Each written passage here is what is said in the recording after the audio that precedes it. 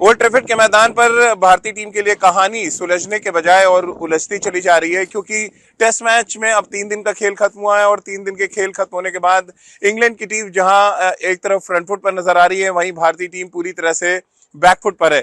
आज तीसरे दिन का खेल का पूरा अगर आप एनालिसिस करेंगे और सिलसिलेवार तरीके से सेशन वाइज समझने की कोशिश करेंगे तो एक बात आपको साफ नजर आएगी कि इंग्लैंड ज्यादा बेहतर प्लानिंग के साथ इस टेस्ट मैच के तीसरे दिन खेला। उन्होंने 300 से ज्यादा रन भी जोड़े, सिर्फ 5 विकेट उनके गिरे और उनके जो सबसे अनुभवी खिलाड़ी हैं यानी कि बेन स्टोक्स और डॉसन क्रीज पर हैं और दोनों ही बल्लेबाज तेजी के साथ रन बनाने का मादा रखते हैं। यानी कि इंग्लैंड की कोशिश यही रहेगी कि किसी भी तरह से इस लीड को 250 के आसपास तक ले जाया जाए और इस टेस्ट मैच में एक बार बल्लेबाजी की जाए। अब आप सोच रहे होंगे कि भारतीय टीम ने ऐसी क्या गलती की जिसकी वजह से 3 दिन के बाद वो पूरी तरह से बैकफुट पर नजर आ रहे हैं और अब इस टेस्ट मैच को जीतने के लिए उनको उम्मीद से बेहतर बल्लेबाजी करनी पड़ेगी। और जिस बल्लेबाजी को ताकतवर बनाने के लिए इतने ढेर सारे ऑलराउंडर्स खिलाए गए थे, उस पर भी अब कई तरह के क्वेश्चन मार्क्स खड़े हो रहे हैं। तो चलिए सबसे पहले मोनी मॉकल की प्रेस कॉन्फ्रेंस से इस चर्चा की शुरुआत करते हैं। मोनी मॉकल प्रेस कॉन्फ्रेंस में आए, उनसे 3 इंपॉर्टेंट सवाल किए गए। जो पहला इंपॉर्टेंट सवाल था वो ये था कि इतने ढेर सारे ऑलराउंडर्स खिलाने के बजाय अगर आप एक मैच विनर खिलाते, एक ऐसा गेंदबाज खिलाते जो इस तरह के ड्राई विकेट पर बल्लेबाजों को आउट करने में सक्षम रहता, तो शायद ज्यादा बेहतर होता। तो उनका ही कहना था कि ये भी एक विकल्प हो सकता है, लेकिन क्योंकि ये टीम मैनेजमेंट का डिसीजन है और टीम मैनेजमेंट ये चाहता था कि बैटिंग में जो है टेल है वो बहुत लंबी ना हो, इस वजह से लगातार ये फैसले लिए गए। लेकिन मुझे आश्चर्य होता है, मैं ऑस्ट्रेलिया दौरे से लगातार कवर कर रहा हूँ, जब भी आप कवर देते हैं बल्लेबाजों को, यानी जो काम टॉप 6 बल्लेबाज आपके नहीं करेंगे वो फिर 7 और 8 और 9 नंबर के बल्लेबाज क्या करेंगे, ये हमेशा मेरा सवाल रहता है। और टेस्ट क्रिकेट क्योंकि प्योर क्रिकेट है, यहाँ पे आपको स्पेशलिस्ट खिलाड़ी चाहिए और ऐसे में अगर आप उन गेंदबाजों को ज्यादा तवज्जो देंगे जो बल्लेबाजी कर लेते हैं, हालांकि इसमें हम सबको कोई परेशानी नहीं है कि आप वॉशिंगटन सुंदर को खिला रहे हैं, उन्होंने 2 विकेटें भी निकाली हैं आज, लेकिन क्या इस विकेट पे शार्दुल ठाकुर की जगह कुलदीप यादव बहुत इफेक्टिव नहीं हो सकते थे? क्या इतना अपने बल्लेबाजों पे आपको संशय है कि आप लगातार नंबर 7-8 पे एक बैट्समैन, एक ऐसा गेंदबाज खिलाना चाहते हैं जो बैटिंग भी जानता हो और वो भले ही गेंदबाजी में उतना कंट्रीब्यूट ना कर पाए? अब जो गलती लीड्स में हुई, अगर आप देखें वही गलती यहाँ पर ओल्ड ट्रैफर्ड के मैदान पे हुई। आपने शार्दुल ठाकुर को खिलाया जरूर, लेकिन बेमन से कप्तान ने उनसे गेंदबाजी कराई। तो चलिए, तो बात मोनी मॉकल की हो गई। मोनी मॉकल से एक और सवाल पूछा गया अंशुल कंबोज के बारे में कि उनका डेब्यू टेस्ट मैच है, बहुत ज्यादा उनको सवालों के घेरे में नहीं खड़ा करा जाएगा, लेकिन उनकी जो स्पीड थी वो 125 से ऊपर नहीं गई। इस पर कई तरह के सवाल जरूर खड़े होते हैं, क्योंकि इंग्लैंड जितनी आराम से उनको तीसरे दिन बल्लेबाजी कर रहा था, ऐसा लग रहा था कि एक मीडियम पेसर यहाँ पर गेंदबाजी कर रहा है जिसको इंग्लैंड बहुत आराम से इक्का दुक्का खेल के रन बना रहा था। तो ये एक और सवाल था। साथ ही जिस तरह से रन लीक किए भारतीय गेंदबाजों ने विकेट की दोनों तरफ, वो भी बहुत बड़ा सवाल था, क्योंकि पहली बार 10 साल में ओवरसीज भारतीय गेंदबाजों के खिलाफ 500 से ज्यादा रन बने हैं। और जब ऐसा कोई रिकॉर्ड बनता है तो फिर गेंदबाजों की पिचिंग और गेंदबाज किस एरिया में गेंदबाजी कर रहे हैं उस पर भी सवाल उठते हैं। और मोनी मॉकल से जब ये सवाल पूछा गया तो उन्होंने कहा कि प्लान तो हम बना सकते हैं, लेकिन उसको एग्जीक्यूट करने का काम गेंदबाजों का है, और विकेट के दोनों तरफ अगर आप गेंदबाजी करते हैं तो फिर आप रन लीक होने से नहीं रोक सकते। और एग्जैक्टली वही हुआ। अगर आप देखें तीसरे दिन के खेल में 300 से ज्यादा रन बनाए इंग्लैंड ने और उनके सिर्फ 5 विकेट गिरे हैं, यानी कि आपने विकेट के दोनों एंड पे रन लीक किए, जिसका फायदा पूरी तरह से इंग्लैंड टीम को मिला। इंग्लैंड की टीम की अगर हम बात करें तो निश्चित रूप से बहुत अच्छी पोजीशन पर वैसे में नजर आ रहे हैं। और इंग्लैंड के खासतौर से अगर हम बल्लेबाजी का जिक्र करें तो जिस तरह की बैटिंग जो रूट ने की और पहले सेशन में जिस तरह से बिना विकेट गिरे भारतीय जो टीम थी उनको वापस जाना पड़ा, यानी कि जो पहला सेशन था वो पूरी तरह से विकेटलेस गया भारतीय गेंदबाजों के लिए। और वहां से शायद इंग्लैंड को एक ऐसा प्लेटफॉर्म मिला जहां से फिर वो न सिर्फ इंग्लैंड भारतीय गेंदबाजों के साथ सिंगल डबल वो खेलते रहे और साथ में जब भी उनको मौका मिला उन्होंने बड़े स्कोर्स भी बनाए।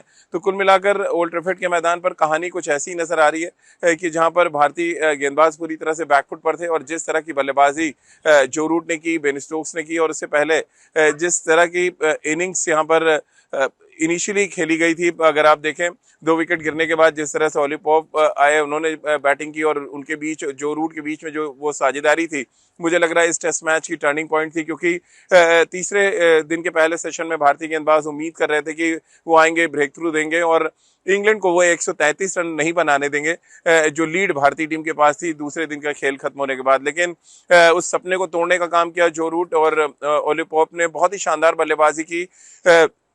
पोप शतक जरूर नहीं बना पाए, लेकिन जो रूट ने क्या कमाल की बल्लेबाजी करते हुए अपना 38वां शतक लगाया।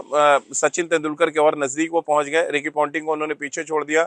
पूरे दर्शकों ने खड़ा होकर उनका अभिवादन किया, क्योंकि ये रिकॉर्ड इतनी आसानी से बनता नहीं है। इससे पहले 2012 में रिकी पॉन्टिंग सचिन के बाद दूसरे नंबर के बल्लेबाज बने थे, लेकिन उसके बाद से आप देखिए 13 साल लग गए किसी और बैट्समैन को जो रिकी पॉन्टिंग को पीछे छोड़ने में।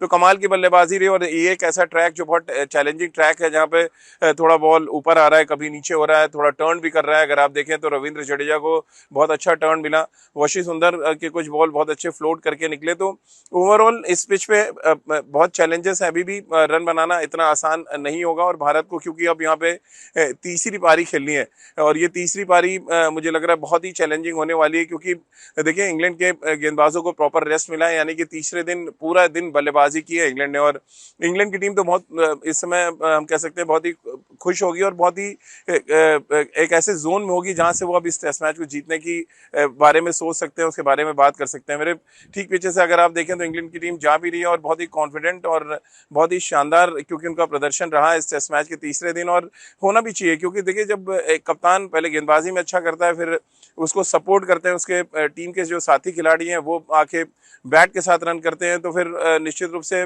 बहुत ही सेटिस्फाइंग डे रहा अगर हम बात इंग्लैंड की टीम की करें। और अब बॉडी लैंग्वेज अगर आप देखेंगे तो उससे अंदाजा आपको लग जाएगा, जो मेरे ठीक पीछे खिलाड़ी जा रहे हैं, कि वो कितने कॉन्फिडेंट हैं इस टेस्ट मैच को अब जीतने के लिए। क्योंकि यहाँ से देखिए अब 2 रिजल्ट जो पॉसिबल नजर आ रहे हैं वो ये हैं, या तो भारत इस टेस्ट मैच को हारेगा, या इस टेस्ट मैच को ड्रॉ करने के लिए उनको बहुत बढ़िया बल्लेबाजी करनी पड़ेगी और इतना लंबी बैटिंग करनी पड़ेगी कि इंग्लैंड को चौथी पारी खेलने के लिए यहाँ पे बुलाएं, जो शायद यहाँ की परिस्थिति और पिच को देखते हुए उतना आसान लग नहीं रहा है। तो कुल मिलाकर एक बात तो बिल्कुल साफ है कि इस टेस्ट मैच की ड्राइविंग सीट पे इंग्लैंड की टीम इस समय बैठ चुकी है। अगर आप देखें 186 रन की बढ़त इस समय इंग्लैंड के पास। और इंग्लैंड की टीम इस बात को लेकर बहुत खुश होगी कि एक ऐसे ट्रैक पर जहां पर चैलेंजेस बढ़ते जा रहे हैं, जहां पर रन बनाना बल्लेबाजों के लिए एक बड़ा चैलेंज होता जा रहा है। हमने आखिरी सेशन में देखा किस तरह से बॉल रविंद्र जडेजा का टर्न कर रहा था, किस तरह से वशी सुंदर को खेलने में दिक्कत आई, और जिस तरह से सिराज की बॉल पे क्रिस वोक्स बोल्ड हुए, इतना नीचे बॉल रहा था कि बैट के टो से लग के बॉल विकेट पे गया। तो चीजें डिफिकल्ट हो रही हैं। अब एक बड़ा टेस्ट मुझे लग रहा है भारतीय बल्लेबाजों का होने वाला है। इस सीरीज में अभी तक भारतीय बल्लेबाजों ने अपना एक बड़ा इम्पैक्ट छोड़ा है, लेकिन बड़ा सवाल यही है कि जब टेस्ट मैच बहुत ही कहते हैं संघर्षपूर्ण स्थिति में हो, जहां पे बहुत चैलेंजेस आपके सामने हो, क्या आप वहां पे खड़े होकर उस चैलेंज को एक्सेप्ट करते हैं या उस चैलेंज में बिखर जाते हैं? ये अपने आप में एक बड़ा सवाल होने वाला है इस टेस्ट मैच में, मुझे लग रहा है, जिसका जवाब भारतीय टीम मैनेजमेंट को ढूंढना पड़ेगा। क्योंकि देखिए अब इस टेस्ट मैच में जो तीनों सेशन हुए, अगर आप देखें, पहला सेशन इंग्लैंड ने जीता क्योंकि कोई विकेट नहीं गिरा। सेकंड सेशन पूरी तरह से जो रूट के नाम रहा, उन्होंने शानदार शतक लगाया और वो एक ऐसे रिकॉर्ड की तरफ आगे बढ़ रहे हैं जहां तक कोई सपना भी नहीं देख रहा था एक समय में कि वो इतना बड़ा रिकॉर्ड बना देगा। तो ओवरऑल अगर हम जैसे कि मैंने आपको दिखाया कि मेरे ठीक पीछे इंग्लैंड की टीम बड़ी कॉन्फिडेंट होकर गई थी, और साथ ही अगर हम बात करें मेरे ठीक पीछे आप पिच भी देख रहे हैं जो ढकी हुई है, और 22 गज की पट्टी जो है धीरे धीरे चैलेंजिंग होती जा रही है।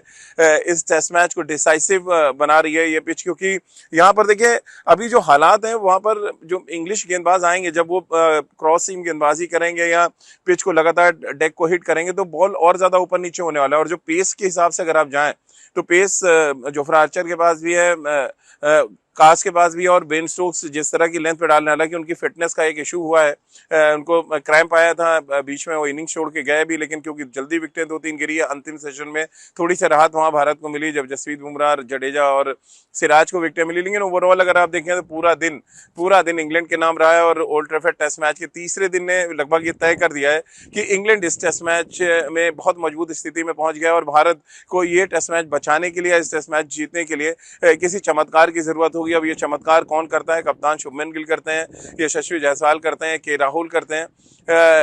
इन 3 बल्लेबाजों से बहुत ज़्यादा उम्मीदें होगी, खासतौर से भारतीय टीम मैनेजमेंट को, क्योंकि ऋषभ पंत ज़रूरत पड़ने पर बल्लेबाजी करने आएंगे, इस बात के संकेत मिले हैं। तो ओल्ड ट्रैफर्ड के मैदान पर भारत एक तो कभी टेस्ट मैच जीता नहीं है, इतिहास उनके साथ नहीं है, और ऐसे में जो परिस्थिति बन रही है 186 रनों की बढ़त, और ये बढ़त अगर 50-60 रन और आगे बढ़ जाती है तो फिर मुझे लग रहा है भारतीय टीम के लिए बहुत ज़्यादा दिक्कतें आने वाली है इस टेस्ट मैच में। तो तीसरे दिन का पूरा एनालिसिस मैंने आपके सामने रखा। चौथे दिन का एनालिसिस लेकर एक बार फिर हम ओल्ड ट्रैफर्ड के मैदान से हाजिर होंगे। तब तक के लिए मुझे दीजिए इजाज़त। नमस्कार।